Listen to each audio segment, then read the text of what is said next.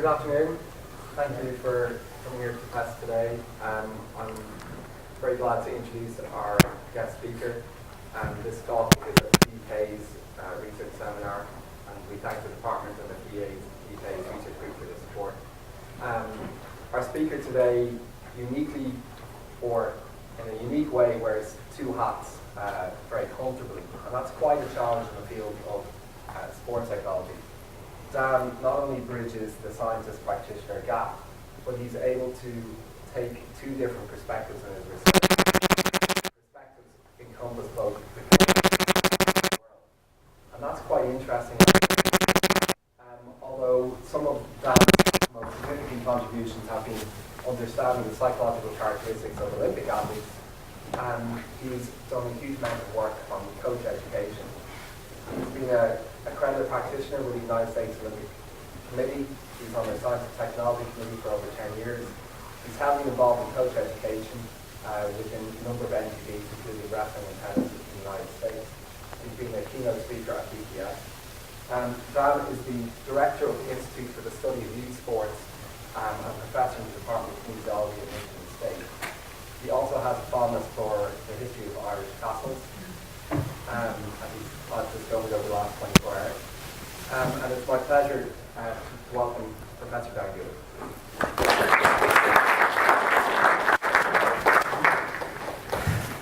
Thank you, sir. I'm a little worried. I spent like a day in the car with him yesterday looking at castles, and he's making up this stuff about the O'Briens. I got the hint when Christopher Columbus came to a castle. But so I learned all about Blarney. And now I know what he got his PhD in. And this intro probably just fits that bill. But it's a real pleasure. University and the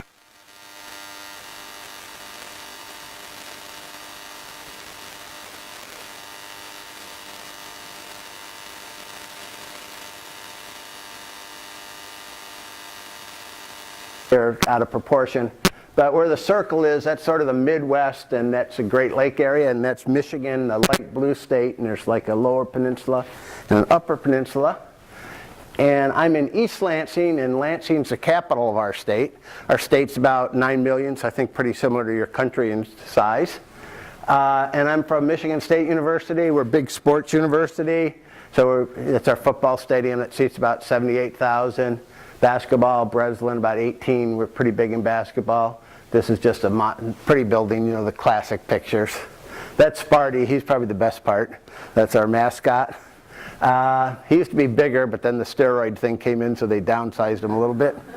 And that's his other statue on campus, so don't mistake that for me. I don't. To direct the Institute for the Study of Youth Sport. We're located in the Department of Kinesiology in the College of Education at Michigan State. And we've been around about 40 years studying issues in children in sport. And kind of in a nutshell, our mission first is to study the beneficial and detrimental physical, psychological, and social effects of participation on children and youth. That was our charge. Our state legislature actually started us. To look at those effects. And then the second part of it is to disseminate that knowledge that would maximize the benefits and minimize the detriments. And so we're not a direct service provider, so we don't run youth sport programs, but we work with our state high school athletic association. There's about 700,000 high school athletes in what would that be, secondary here?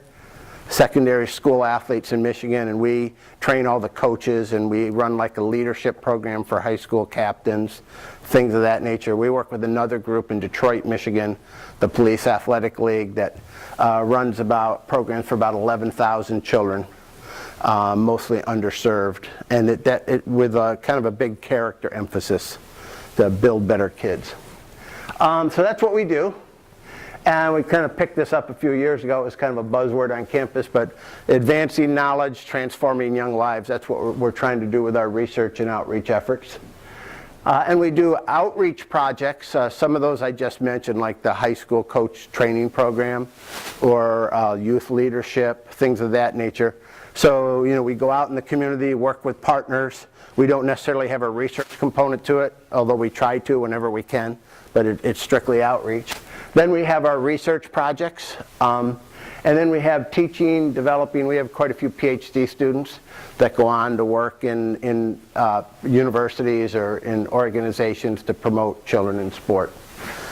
Okay, this guy over here, before I knew he had a lot of baloney, but it's good baloney. He emails me and we kind of set up to talk, and he says, okay, I want you to talk in New Horizons in youth sports. And I go, gosh, I was hoping like why kids drop out or one of my standard talks. And I go, New Horizons, like I don't know what the New Horizons are. So then I sort of had to start thinking, and it actually proved, thank you actually, it proved to be a pretty fun experience. So I've come up with like 12 challenges that I think we face in youth sports, and unfortunately, you know, I haven't been to Ireland before, so I'm excited to be here and learn. So I don't know your culture as well as I'd like, so maybe some of these pertain to you more than others. So if I'm off base, let me know, and I apologize in advance for that. But this is what I see happening in North America, some of the other countries I'm involved in with our research. So the first challenge we face in our country is how to counter the early sports specialization and year-round training phenomena we're seeing. This is a guy, Tom Ferry, one of our networks, ESPN. He's a writer for ESPN and on their shows. He did a really good book. He's an investigative reporter, spent about 3 years researching it, but called Game On, the All-American Race to Produce Champions of Our Children. And he talked to a lot of sports science scholars, Bob Molina, if you know the growth and development area, and really, you know, trying to take a good hard look at this. And he kind of organized it, he's a writer, and in a unique way. He started like age 1, 2, 3, and I go, what's he going to talk about at 1? Well, what he talked about was some of the genetic research. And he found parents who were going to buy Division I athlete sperm to impregnate the wife or partner so they'd have a better chance of having an athletic baby. So I mean, he found like stuff like I've thought, you know, like wow, that's pretty crazy. And then more I've learned about genetics, the more that's pretty not a good bet. And secondly, if I did it, I'd go get the Rhodes Scholar. That was like the straight A student and the good athlete and good looking. I'd want the whole package. But they found people who did this kind of thing. Obviously, it's pretty rare, but I think with the advances in genetics, we're going to see more of these kind of issues coming to the front. And then he, you know, at like 6, he found the World Golf Championships for 6 and under. There's actually an event. I think it's interesting. Like, I wonder who keeps score, but that's a sort of different issue. But the, you know, like. And he takes you all the way through up to about 14 with different examples and interweaves some of the scientific evidence. But one of his conclusions, and I think we don't have really good data, but most people in the country that work in the field are saying we're getting kids specializing earlier and earlier and pressure to specialize earlier and earlier into their sport. When I say this, I differentiate that from starting a sport early. So 5 or 6, you might play mini tennis or, you know, kick the soccer ball or whatever, but you're not training year round. Or in our country we talk about travel teams, and they used to be like 12 or 13, now that's 8. If you want to swim, you got to either pick between football or soccer and swimming, because you have to do year-round training now. So those are kind of the dilemmas we're facing. So in North America, kids are starting earlier than ever before. Not only are they starting earlier, but it's in this year-round training. Some of the concerns in the literature, stress, we've looked at burnout, motivation declines. Some of our pediatric physicians have looked at overuse injuries, swimmer's shoulder, you know, different sports from the repetitive activity without enough rest. What's interesting, this comes from a parent, but as specialization increases, parents are trying to figure it out, what to do. They, you know, like, they don't know what to do. Like, you'll know soon, But when the baby comes out, none of mine came out with instruction manuals. You know, I kind of tell my wife, and then she yells at me, but I go, I needed a manual. So you're trying to figure it out with your kids over time, and they certainly didn't have the sport chapter. But a friend of mine, she has 3 girls under 11, or 12 now, one just had a birthday. But like 6-year-old soccer, they'll say, well, hey, do you want to go on the travel team? And like everybody else is doing it, and like, what do I do? And this gets really complicated because now the structure of sport. Her daughter's a pretty good swimmer, the older one's just turned 12. But 10 or 11, they said she couldn't play on the better soccer team because she wouldn't commit to year-round training, and she was doing swimming. So she had to play on the rec team, and she was a lot better than the other girls on the rec team. So you get into the, and it wasn't like she wanted to, the mom wanted to do the right thing, but were forced into, she didn't have good choices. So some of this is more policy and structural level as well. And we get a lot in America, is my kid falling behind? You know, whether this is bigger than sport, but education, other things, are my kid's going to get in the right school, that type of thing. Okay, so is sports specialization associated with athletic talent development? Over the years, people have written about the pros and cons. We certainly don't have enough good data on this, but the pros, people would say, would be better coaching and skill instruction, enhanced skill acquisition, deliberate practice. If you know Erickson's 10,000 hours, you're starting to get some of those 10,000 hours early. Better time management, structured use of time in a productive way, enjoy sport and talent development, and then the costs.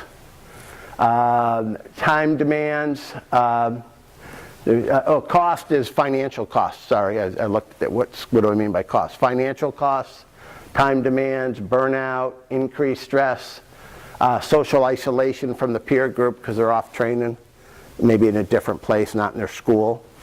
Lost childhood, premature identity foreclosure.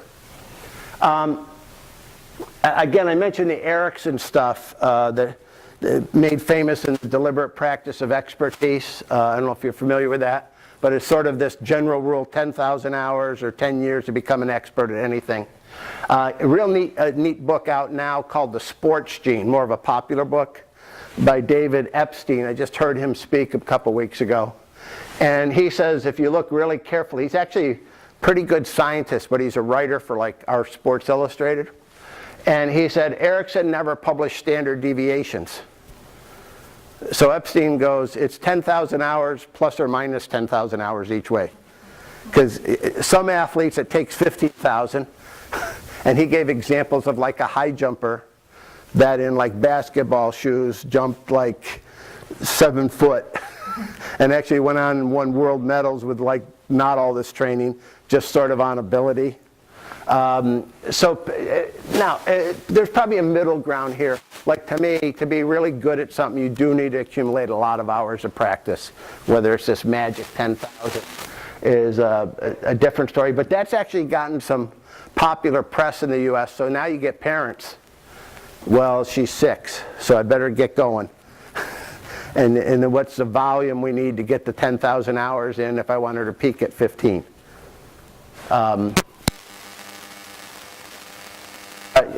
You'll see a lot of people with the type.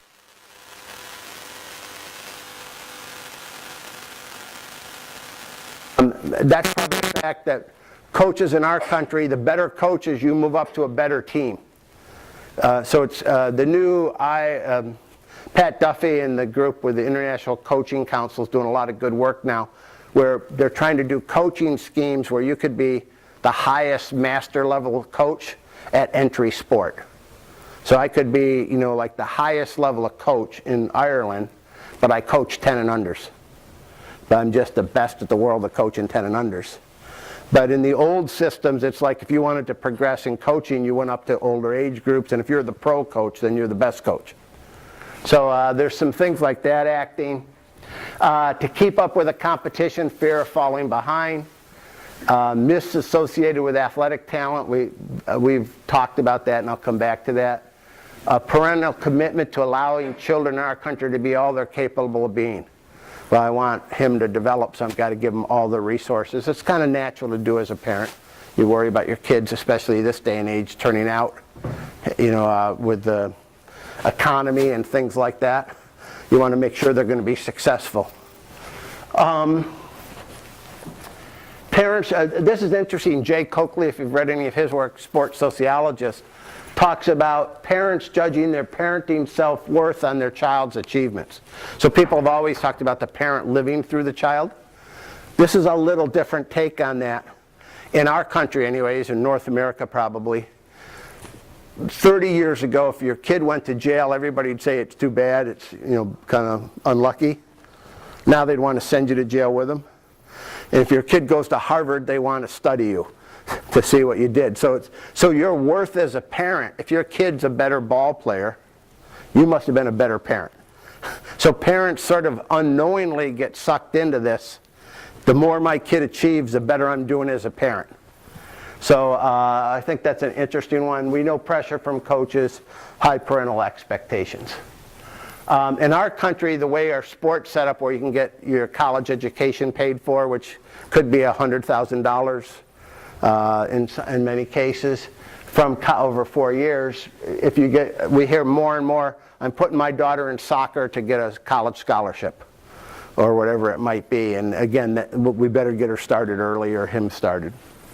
And athletes' desires to participate in championship.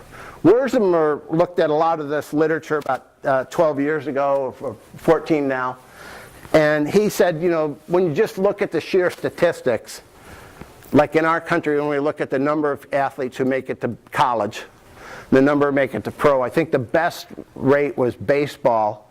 It was like 7% from high school to college. And when you start looking at professional basketball, it's like 0.3% of all the, so the numbers are really low. There's some people talking, early specializations thought to isolate the young athletes from peers, therefore influence normal development. And it's thought to be related to burnout and other things. All right. I want to show one research study. You might be familiar with it. Although it's published in a journal, it's out of Verge University in Belgium.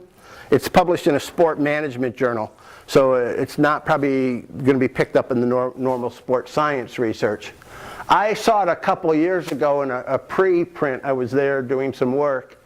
And DeVosher and colleagues, they looked at our performances at young ages, a good predictor of elite success. And the early report looked at both judo and tennis. This is just the tennis data. And it's published now in the journal, I think, of sport management. So I'm just going to give you a real quick couple slides on it. But it's going to be more depth. So they wanted to determine the extent that performance at the junior level in tennis, which was like 14, 13, predicted, like Wimbledon elite success. And what impressed me, they had a pretty big sample, 3,500 athletes. In the male-female split you see there, the European players that were involved in some big tournaments. They examined the association between the performances at the junior level and senior data from 92 to 2007, 92, 2008 for the women and men respectively. Here's the correlations they found. A negative here, think of it as a positive correlation. It's just the way the variables were set up. But they're not very impressive. So average junior to best senior ranking was a 0.28 correlation for women. Highest junior to best senior rank is 0.29. And if if we think of growth and development, women mature quicker. So that would make some sense. And the guys, it's lower, 0.19. So if you square those, it's a really pretty minimal percent. And they did a whole bunch of other analyses breaking down the data. And at the end of the day, they concluded successful performance at age 14 in tennis is not necessary for later success. And good performances in youth tournaments are no guarantee for later success. And what's ironic about this, I work with U.S. Tennis. They have talent development for 10 and under. And I mean, that's even crazier because you haven't even looked at puberty, which all heck breaks loose. So but they're doing it because everybody else is doing it. The French are doing it, the Spaniards are doing it, so we better do it. Now, I should say in defense, Ann Pankhurst, I don't know if anybody knows Ann, she used to be the director of coaching for the LT lawn tennis in England for a number of years. But she's kind of done a lot to educate and looking at more talent development and selection. But it's still sort of this kind of ironic they're going to go forward.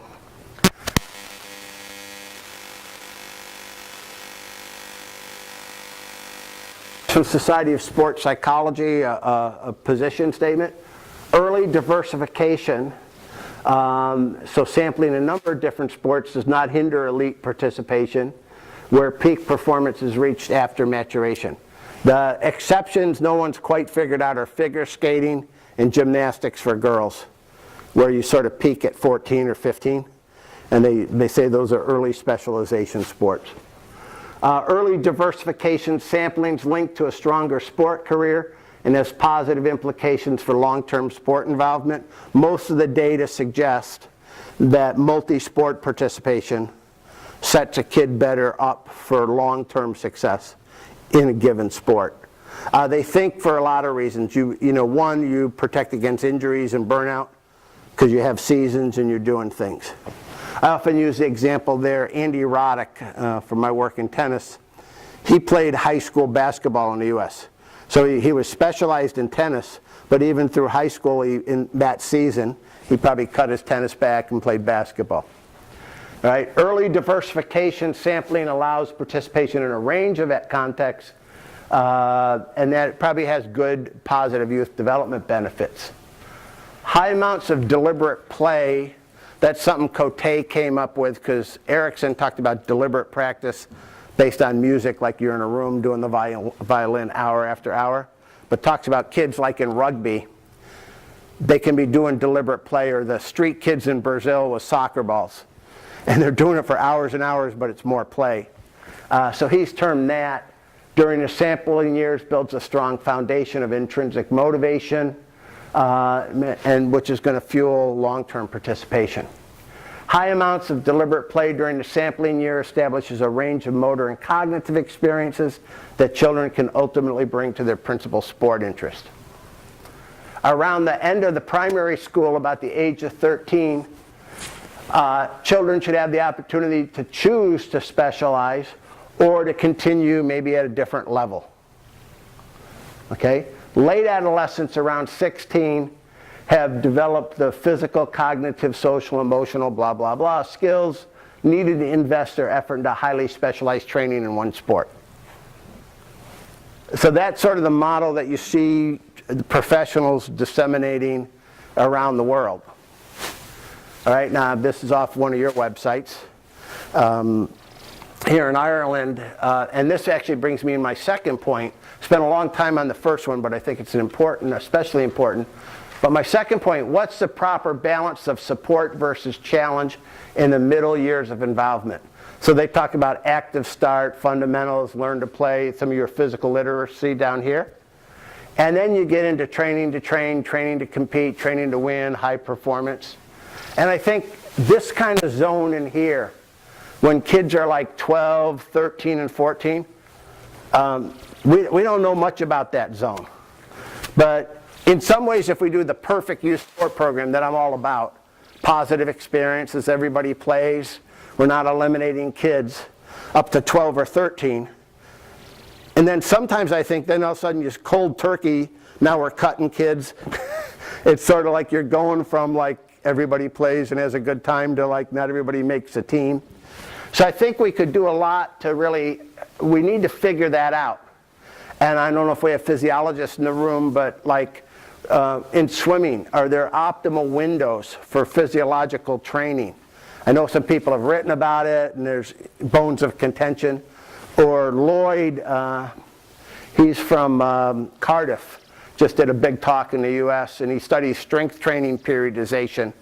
And he kind of did like strength training models relative to these stages and what we should be teaching kids. I think, but this middle stages to me are really interesting Because kids need to ultimately learn that you fail. And like we have a big issue in America, everybody's trying to protect kids from failing. And failing is a really important part of learning. But you don't want to do it so the kid fails so much again or has problems. And I don't think we've written enough or studied enough. So when do I support you and when do I challenge you? And in what ways do I put that challenge in? So how do we bring you to that next level? Somebody once said, it's like a rubber band. I want to stretch you, but not so much that it breaks, or not so much that I'm not stretching you. So again, that's all I have on that. So some of these are Dan's New Horizons thoughts without answers. Thank you, Dan, for coming and stirring up the pot and going home. So what's the proper balance of support versus challenge? What's the role of competitive outcomes? When should that be emphasized? Now, I have no research base for this, but with all my work with U.S. Tennis over the years, they say their kids 13 to 15, 16, optimally you want them winning about 60%. Because they think, one, they're winning enough to have some confidence, but they're playing above them enough to be pushed.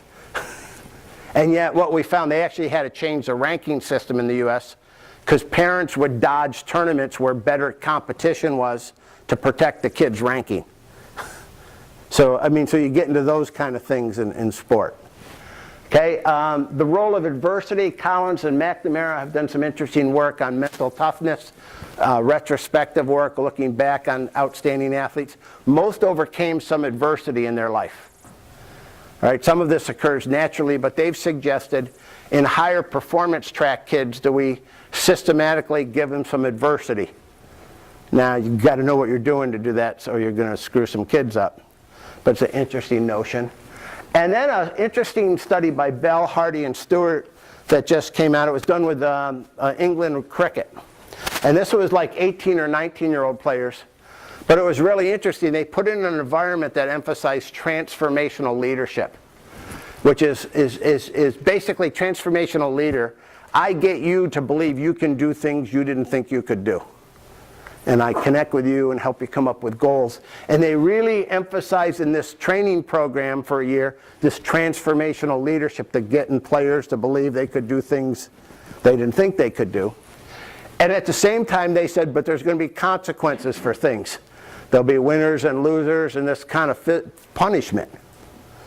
And they found they got nice effects in mental toughness by having this combination of transformational leadership combined with like these realities of results.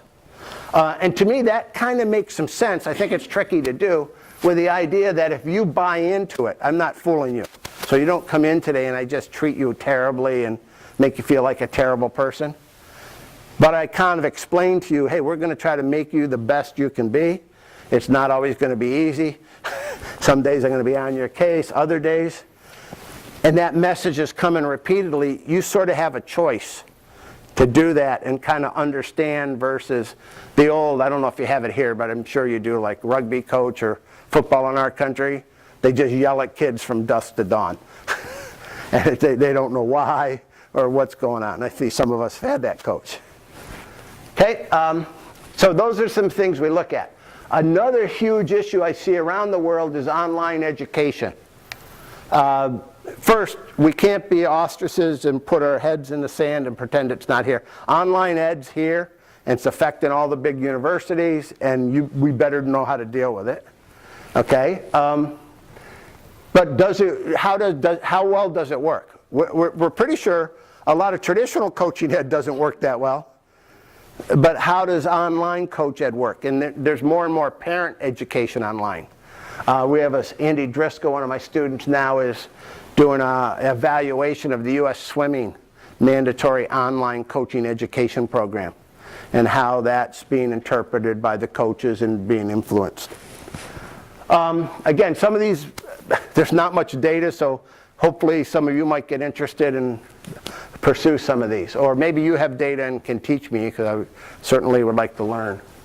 How do we train youth sport coaches?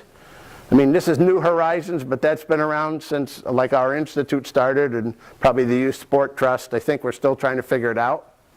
But I think we got a whole new set of challenges. A few weeks ago I was talking to somebody, and it was a mom, but I think a coach would inherit this child. Well, he's 11, he has ADHD, he's obese, all he wants to do is computer games. So the question for me, should I make him play sport this summer? So we kind of talked about it. I said, well, I'd give him a multiple choice. You got to pick one of these 3 physical activities. So, you know, to do something. But now I'm thinking of the coach. I got an obese kid that's got ADHD coming out for my team. You know, and most youth sport coaches, since I've been involved in the field, we basically said kids are motivated to play sports, don't screw it up. Now we got, like I just saw some Irish statistics, thanks to Dr. McIntyre, 1 in 4 Irish kids are obese. So the kid who most needs sport comes to a coach, a kid may not be motivated, and what's the youth sport coach supposed to do? So we got sedentary kids, we got kids with special needs. Then in the talent program, we're finding more and more kids in America, part of the millennial generation, that were really protected by their parents and sometimes almost entitled. And a lot of our college coaches say it's just they haven't done things independently, they're not used to failing, they got a trophy for everything since they were day one. And it's really a tough struggle, so how do we coach those kids? Okay, another huge gap down the road. How do we close the gap between the 2 youth sports? At least in America, we have the haves and the have-nots. The haves would be my community where I live, a university community, and most are faculty or professionals. We have nice soccer fields, nice basketball facilities. Parents can actually go out, and the kids in high school, and want to hire a personal trainer. So good for our kin grads to go out and do that. They can get an athletic trainer if the kid's hurt. Then we go into Detroit. Okay, we don't have that. A lot of the kids have one parent. In fact, there's some Danish data that show a thing that's associated with talent development is 2-parent families, which kind of makes some sense from transportation in a lot of countries where you got to bring the kids to practice. But poverty, the fields are not good. So, and actually this one on the left is actually South Africa.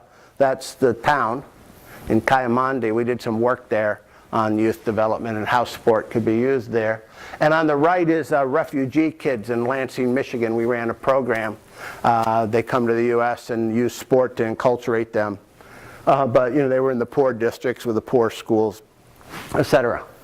I don't know how to answer this, but I know it's a huge issue. From an athletic talent development perspective, you want to get these kids. You want to get in and finding these. I mean, forget the humanity part of it, which I have trouble saying. But if we forget that, from a talent, there's a heck of a lot of kids there. They're usually pretty hungry because they don't have much. So all of a sudden they come in sport and you get fed a little better. They're happy campers as you go through. And then there's the whole human perspective. And we have I don't know if you ever looked at it, we have a website, Sovereign Challenge.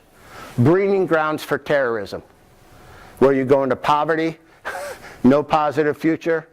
These extreme groups come in there. So the whole idea, I know the U.S. State Department's interested, how do we use sport as a vehicle to kind of help change views of the future. I struggle with this because I don't know how to figure this out. I think if we did, there's some data, for example, from Australia and South Africa, foreign aid came in to do sport for kids in the black townships. Barrett, I think the gal's name is, Barnett. She found that it wasn't very successful. It was top down. It was doing things to the community. Well, this data is, one, how do you go into these communities and sort of empower them? A really good example, again, no research base. I was at a conference in Boston. Magic Bus is a nonprofit, what do you call it, NGO maybe? Goes into India. They're trying to get girls to participate. Build the fields, whatever, they don't come out. They figured out they needed to go 6 months earlier, have their staff meet all the grandmothers and mothers, get to know them, then the girls come out. So just build it doesn't mean they'll come. It's sort of, you got to earn trust and other kind of things. So I think there's a lot of work there, but when we were in Kayamandi, we were doing studies of youth coaches and the community members. And like somebody said, if you come in with money, a lot of people will be your friend and want to do it, but they're not the right people. You almost want to come in and see who's interested in sort of volunteering, then bring the money in. And in fact, if you know Right to Play, Olan Koss, the great Norwegian Olympians, international movement, that's what they do. They don't invest a lot of money up front. They try to find out who in the community will work and be intrinsically motivated, then they bring the money in. So these are pretty tricky issues, but really important ones for us to solve. How do we better delineate the benefits of youth sport beyond the scoreboard? If we talk just closer to home, a practical change. In America, we're always saying, all the parents and coaches do is focus on winning. And I started thinking about it, and I go, why wouldn't they? You're just like a normal person. You're not like us. Super normal, right? You know, the other day we picked up the sports page at your house, and it had curling, and it had the World Cup for 3 pages, and I didn't see anything about personal development on those. At first, I was very impressed with the size of the sports pages. Not only for old people, it was big, but it was also like there's just a lot of stories, like 4 pages on the World Cup, curling, page and a half, you know, it was just a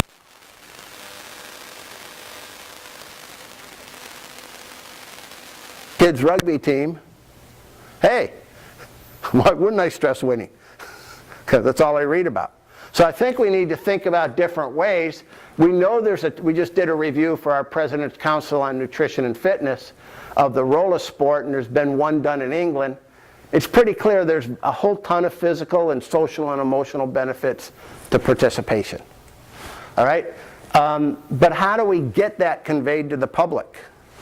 Okay, and this is a CTSA, was a Citizenship Through Sport Alliance that existed in the US for a while.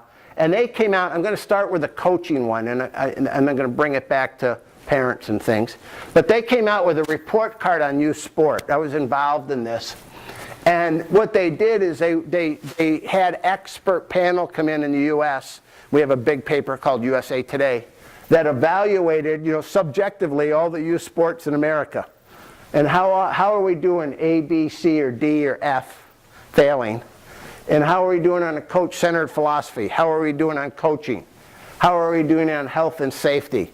How are we doing on officiating and parental behavior involvement? And the idea was to try to get communities to start grading their youth sport program on a variety of metrics.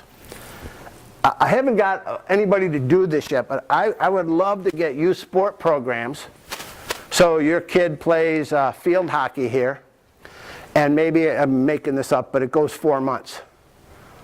And she gets a report card, or he gets a report card that lists maybe things like this: offensive, defensive skills, strength, endurance, agility, motivation, whatever the goals of your program are. It could be citizenship, whatever those are.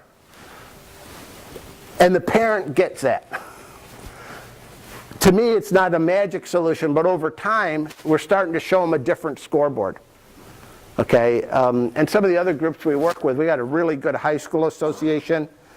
They really stress sportsmanship a lot. Well, before every game, there's an announcement. At halftime, there's an announcement. There's doormats when you come in, good sports. So they've taken almost like marketing kind of things to try to really get messaging across. They actually developed a program this last couple of years, Fan Fest. And that can be really good, but some, like our school,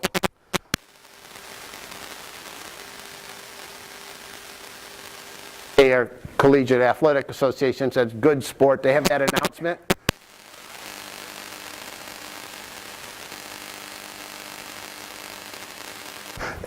I wouldn't bring a little kid to the games and bring them that close because of the culture.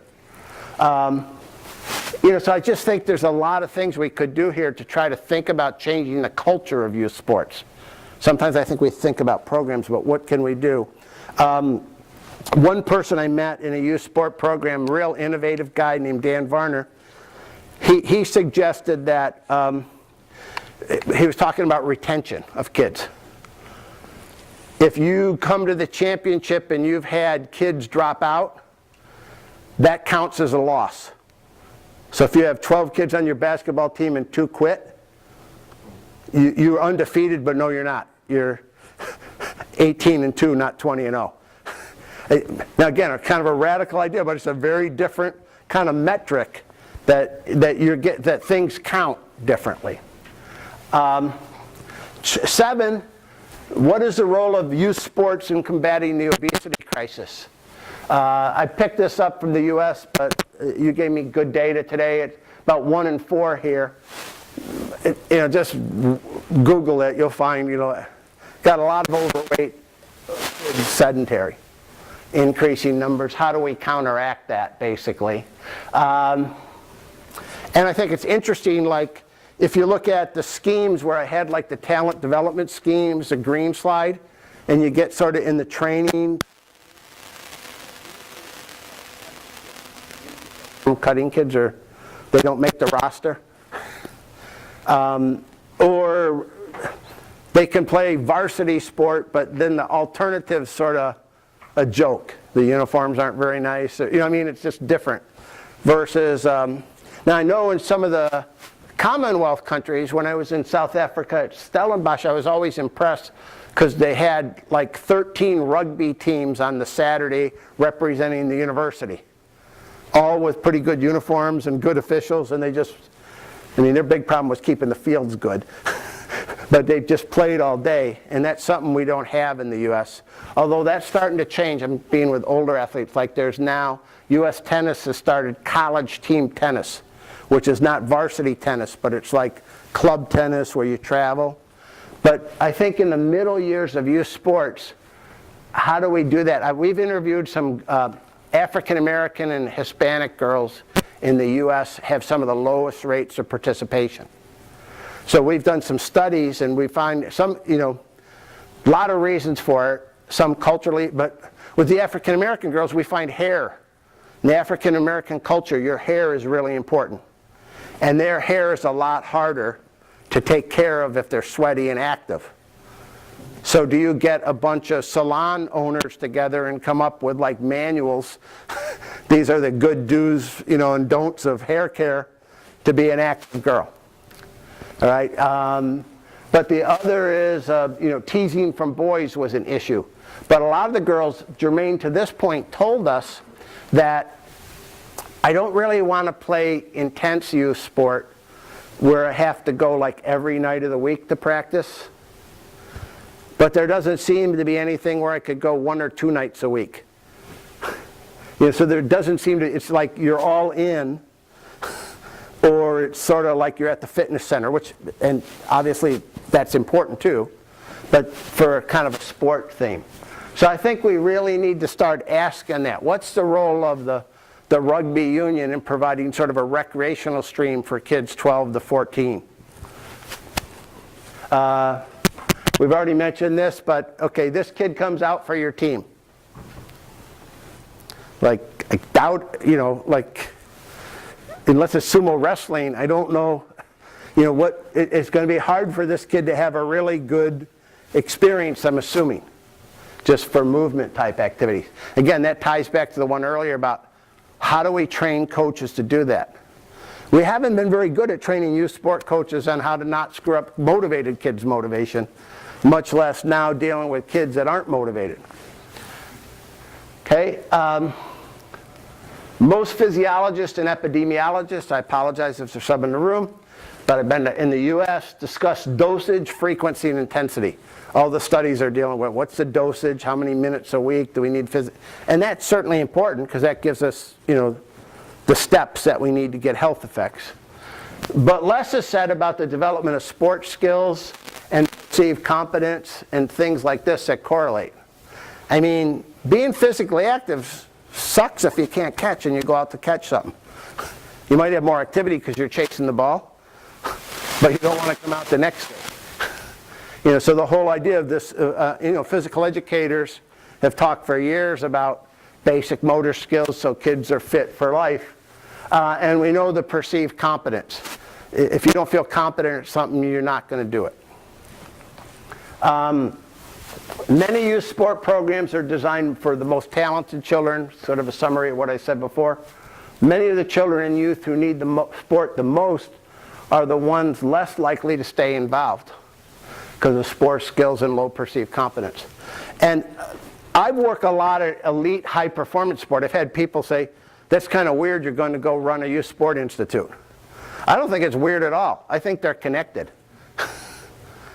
If you start kids off right, people hopefully become active for life, but I'm very interested in a stream for highly talented kids. And at the Institute, we do some research on how we help kids be highly talented, but I don't want to throw away the other kids. And there's some logical reasons. In America, we have a lot of philanthropy related to universities. Millions of dollars come in donations. I do this a program for college coaches in wrestling, an Olympic sport, but it's pretty minor in the bigger scheme. Logical reasons. In America, we have a lot of philanthropy related to universities. Millions of dollars come in donations. I do this a program for college coaches in wrestling, an Olympic sport, but it's pretty minor in the bigger scheme of basketball and other things. They get people to endow programs, meaning I gave it $1 million or $2 million. It tends not to be the best wrestlers they ever had. It tended to be a wrestler that kind of didn't wrestle that much but hung on, but was really motivated, and then went on Wall Street and made $500 million, and then wants to give money back. So when we talk to the coaches now, I go, you never know who you're getting rid of in your room. So in one, from just, again, take the humanity out of it. From a coach, I never know. I tell coaches now, regardless of the sport, everybody you come in contact with, you're trying to have them buy a ticket later in life. So women's basketball. Is this girl going to buy a WNBA ticket or a football ticket or what? In a way to support your sport or to give a donation back. Okay, so I think that's a huge area. One thing I think Dr. McIntyre said in the introduction, how do we bridge the sport science research and youth sport practice gap? My whole career I've been interested in bridging this gap. I remember as an undergrad sitting with my friends. We're interested in this stuff. Some of my friends that wrestled, I kept them eligible by helping them, tutoring them. But they didn't, I thought the stuff was really interesting. And why isn't that connection there? And I started, and people, Jeff Gowen in Canada wrote about this many years ago, but I think there's some reasons for it. At least in our country, universities reward knowledge generation much more than dissemination. So most of the funding schemes, other things are based on what journal did I get my stuff in, how many did I get, and does it have a big impact factor or whatever metric we use. And that's important, so I'm not arguing we get rid of that. But Rainer Martins gave a great paper about 10 years ago at the European College of Sports Medicine on this very topic, and he said universities, they're all about new knowledge acquisition, and they don't do anything for dissemination. We say it's important. A good example of my own career, research articles, and I'm still going to do them, like doing them. Okay, they might go to 500 people if it's read a lot. We wrote an undergrad textbook and it's gone to almost 300,000. So But no one's ever kind of thought the textbook was all that important in my career. But I go to Brazil, I go to Japan, they want to come up and talk to me because I read your book and got started. So it's really a weird dynamic in that that book is really knowledge dissemination, and the other is sort of acquisition. So I think we need to rethink that. Many academics don't know how to write for lay audiences. In the classes I teach, we usually have an assignment where you have to write like scientific articles, but then you have to write for like a coaching magazine and make it scientifically accurate but understandable, and you can't use more than 3 references, but not plagiarize. I mean, because that's kind of what you do in that world. And then they've written some articles on exercise. But if you think about it, we develop knowledge here, and we want the coaches to use it. And we usually say, well, we wrote it and put it in an article and voila. Or my favorite is I do a presentation at the end, practical implications. I have like 1 slide with 4 bullet points. And they're supposed to be able to go like magically put it to work. And diffusion theory works with like, they say knowledge dissemination is a social system. So I'll give you the farm example because that's one they used in some of his writings. They had a new fertilizer technology they wanted farmers to adopt. So they, being academics, we give them all the logical reasons. Some of them adopted, but most of them didn't. And what they found is, and they break it down to like innovators, early adopters, and late adopters, that type of thing. And they got a curve that predicts how long it takes knowledge to get out there and change. But what one thing's really, they found is there's certain farmers in a community, say near Shannon, if they adopt, everybody will follow. And it's not based on logic. It's based on, he's really successful, or they always have a successful farm. If they're doing it, I'm in. And that's very different thinking for most scientists. You know, here's my PowerPoint slide that I just did last week in Amsterdam. Here's the data versus now I got to get her and I got to get him. And you know, and so it's an interesting view, and they talk a lot about, and I've thought a lot about this in the sense of, I think sports scientists should take marketing classes. Companies get us to buy crap we don't want. I mean, Apple, there was just a commercial like the iPhone 6 is coming out. Same phone, new name, $200 more. But part of Apple's success, besides making pretty good phones, is the design element. The design's always been cool and that kind of thing. And how do we package sports science information with a design element? Kind of sounds funny, but you know, so I think this whole dissemination area, yeah, I really encourage you to look up some of the daring work. And it doesn't matter if it's ATP, if it's physiological principles, strength principles, psychological principles. How do we get it? And actually, one of those, I'll add one other thing. At the Institute, we almost, I want to say never, but I won't say never in case there's an example of I forgot one. If we do research projects now, we do needs assessments. So we go to the ultimate users and ask them, what are the issues, what are they facing, what are the problems, would you read this, would you take a course like this? So in other words, we're going there when we start, because I'm tired of inventing stuff that nobody uses. And part of it is you need to make sure, you know, I might think it's the most important topic in the world, and there's a place in universities for us to do basic research and topics people don't think about. But for me, I want to make a difference. And if I know the coaches are looking for this information, or if I know they want it in this form, then it really informs our project. Then we go review the research, see what's out there. What's crazy about this dissemination stuff?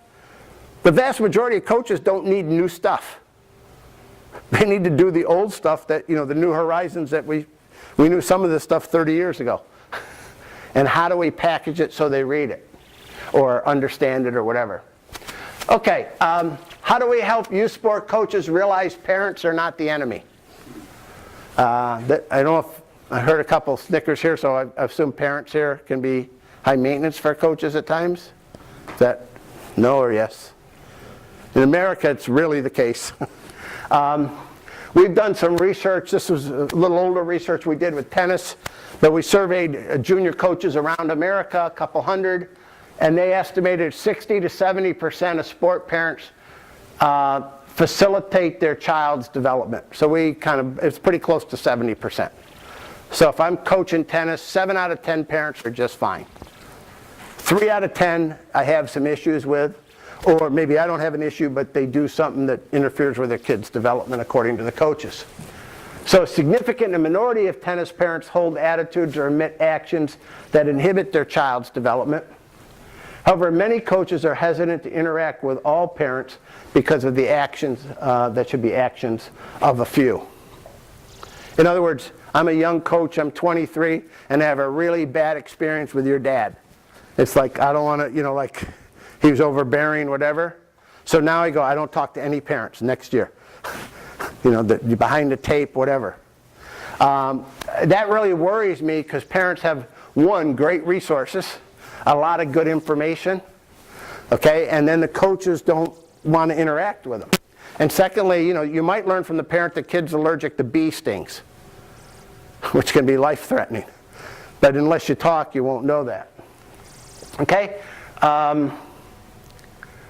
What are the best ways to educate and involve youth sport parents? I kind of mentioned that before with online. We just did a white paper. I just thought I'd put this in for U.S. tennis on the role of parents and reviewed all the sport parenting research. We finished it about a year ago. There's probably 130 studies out there on sport parents. We know they play a critical role. So not getting involved with sport parents is dumb. First, in 12 and under sport, they're the consumer. The kid isn't the consumer. The parent signs them up. The parent pays the swimming fees. So you better know who you're marketing to. But we also know they provide logistical support, financial support, social and emotional support, and top athletes always talk about the critical role parents played, or most of them do. We know it's complicated. It depends on the kid's stage of athletic development, maturational. I know my 2 boys, one really liked sports and one didn't like sports too much. So like the rules for one didn't work for the other.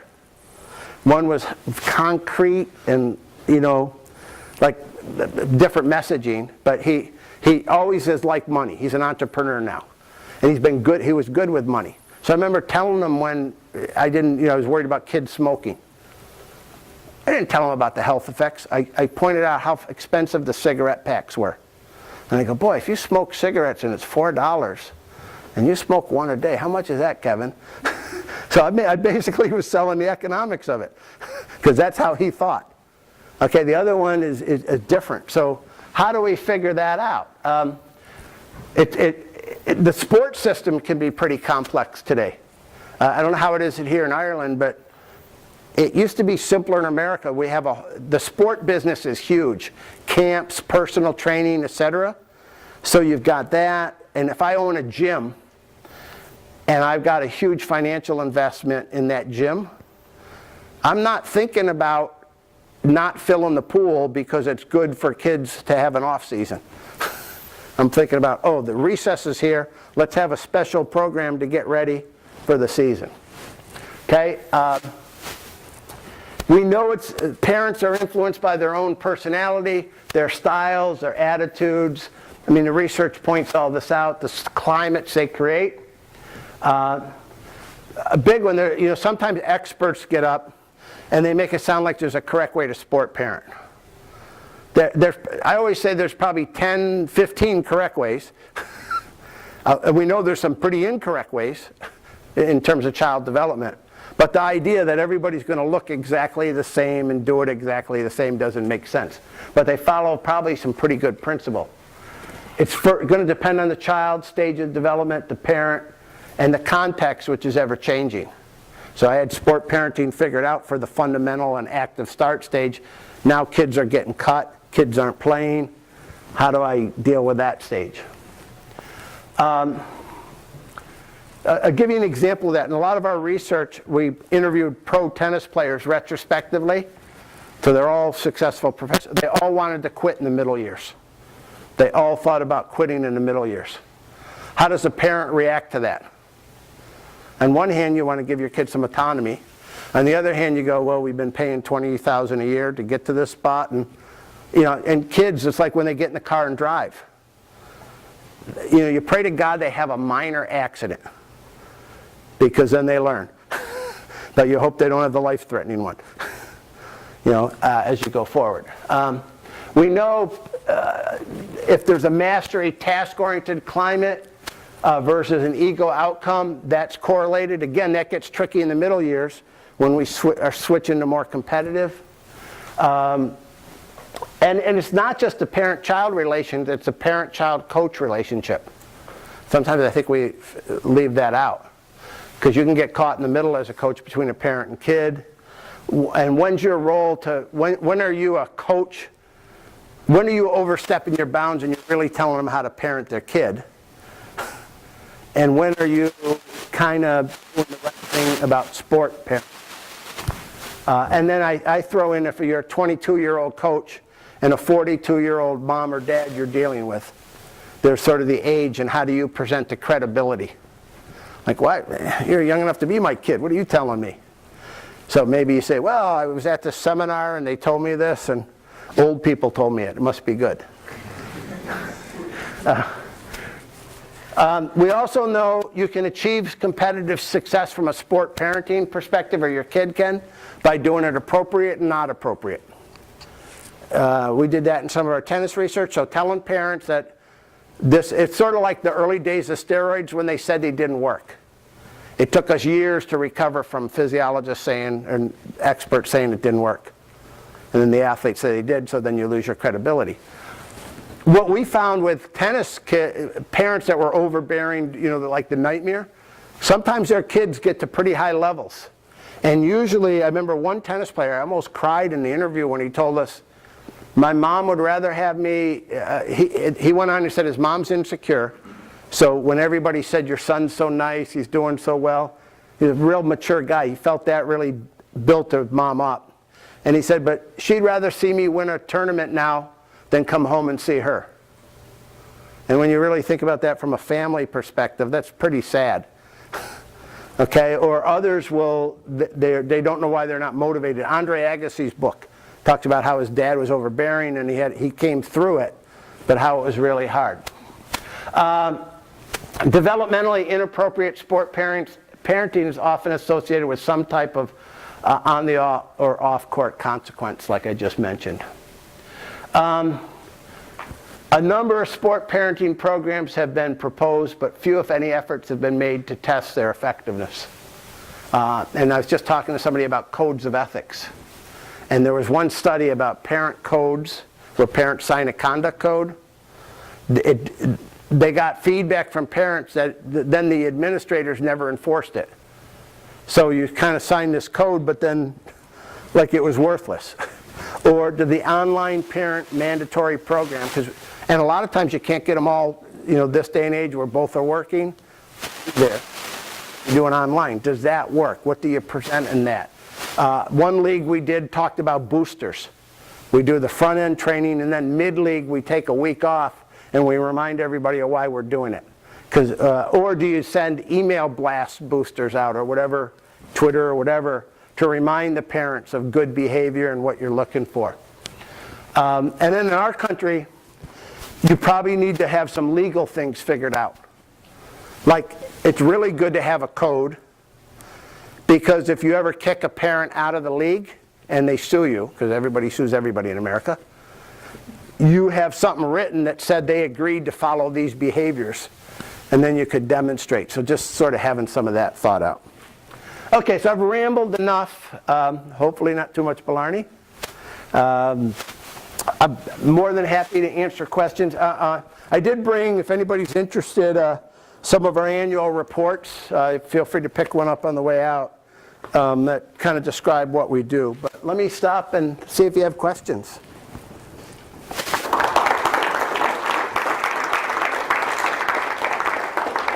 Or better yet, if maybe you got answers.